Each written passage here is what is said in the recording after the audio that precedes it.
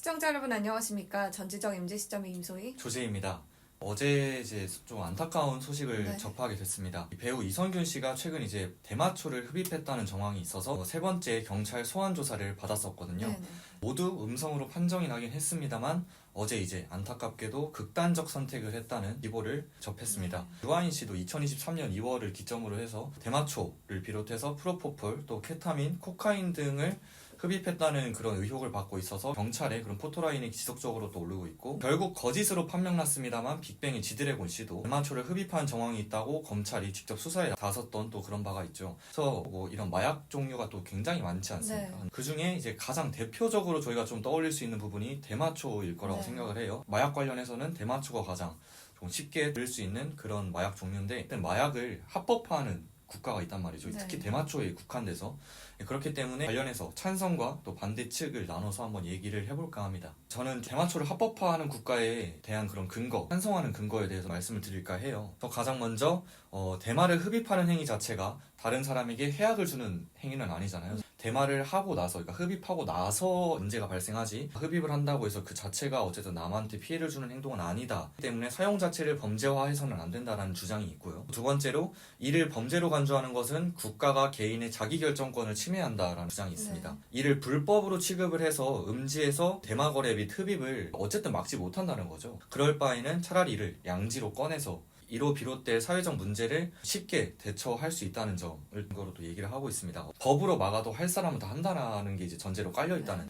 그 다음은 경제적 측면을 좀 얘기 드리고 싶은데, 대마를 합법화하고 담배처럼 높은 세율을 적용한다면 세수에 좀 더 도움이 된다라는 입장이에요. 그래서 결국에는 정부 재정에 큰 막대한 영향을 줄 것이다 라는 것이고, 두 번째로는 유통 과정에서의 경제적 부가가치 창출도 무시할 수 없다라는 점도 있고요. 대마초가 한국에서도 뭐 재배를 할 수 있겠습니다만 대부분 이제 또 직수입을 하고 또 네. 수출 거래가 원활하게 이루어질 거잖아요. 그 과정 속에서 어쨌든 가치가 창출된다. 그런 경제적 측면도 있고, 또 위험성이 미화한 부분이긴 한데, 대마초의 위험성이 낮다라고 주장을 하는 게 있거든요. 대마초의 주성분인 THC라는 게 있는데 위험성이 카페인보다 낮은 것으로 확인이 됐어요. THC 자체의 독성은 최소 복용량 대비 치명 복용량 1000분의 1 정도라는데, 이게 알코올은 해당 수치가 100분의 1, 니코틴은 20분의 1이라고 해요. 치명적인 그런 확률이 낮다라는 거죠. 알코올이나 니코틴에 비해서. 이제 이 수치가 말해주는 게 뭐냐? 술과 담배가 대마초보다 더 위험하다라는 이런 주장이 있고,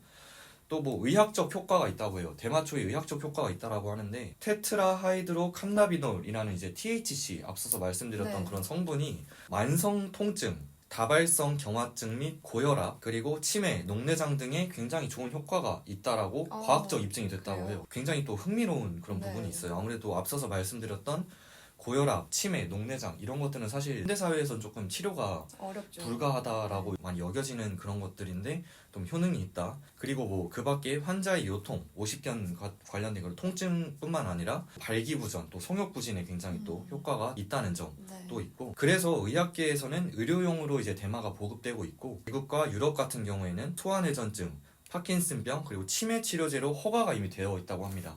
그래서 병원에서 직접 처방을 하고 있다는 거. 또 한국 같은 경우에도 이 식품의약품안전처가 2018년 대마 성분 의약품 수입을 사용을 이제 허가를 했어요. 네. 한국에서도 어느 정도 이제 의약품으로서 기능을 하고 있다는 점 또 말씀을 드리고 싶습니다.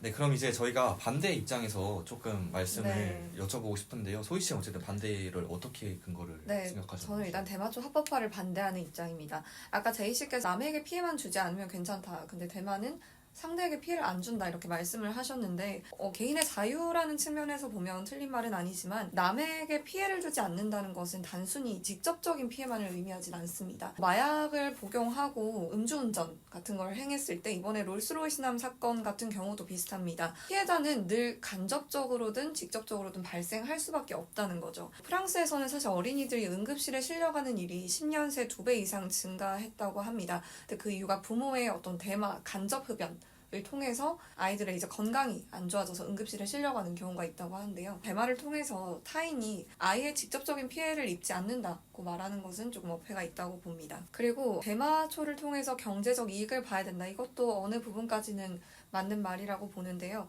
일단 그 대마 합법화를 통해서 얻어지는 어떤 경제적 편익이라는 것은 대마 합법화를 통해 드는 여타 사회적 비용을 고려하지 않았다고 볼 수 있어요. 예를 들어서 대마초를 합법화하게 되면 추후 비용이 발생하겠죠. 단속, 대마 교육, 시설 증축 등의 어떤 후처리 비용이 들기 마련이고요. 대마 흡연에 따라서 직간접적으로 발생하는 질병 같은 경우도 우리나라는 의료보험이 잘 돼 있기 때문에 그것까지 다 국가적 부담으로 행한다고 하면 오히려 사회적 비용이 더 들 수밖에 없습니다. 그리고 이제 대마초는 실제 해악성이 낮은 수많은 마약에 비하면 해악성이 아예 낮다고 볼 수는 없어요. 아까 술, 담배도 말씀을 해주셨지만 담배도 사실 위험합니다. 흡연자신가요? 아니요. 아니에요? 네. 합니다. 담배 같은 경우도 안 피면 계속해서 또 피고 싶은 그런 욕구가 생기지 않나요?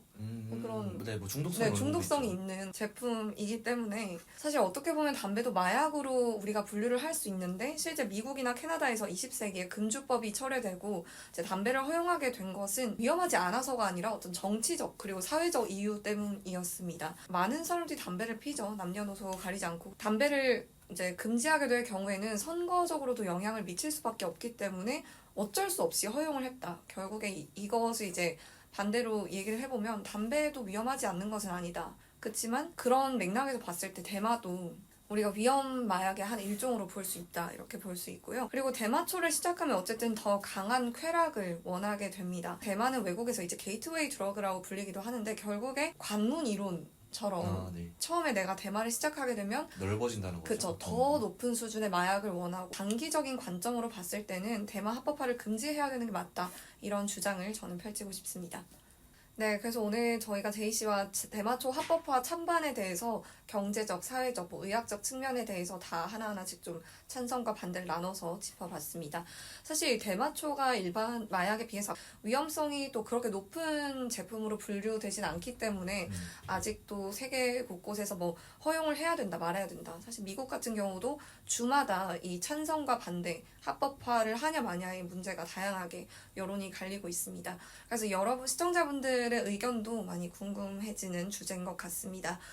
대마초 합법화를 찬성하는 것이 맞는지 반대하는 것이 맞는지 자유롭게 댓글 통해 의견 남겨주시면 감사하겠고요. 언제든 제보하실 건이 있으면 아래 이메일과 전화를 통해서 제보해 주시면 감사하겠습니다. 그럼 지금까지 전지적 MZ 시점의 임소희 조제입니다.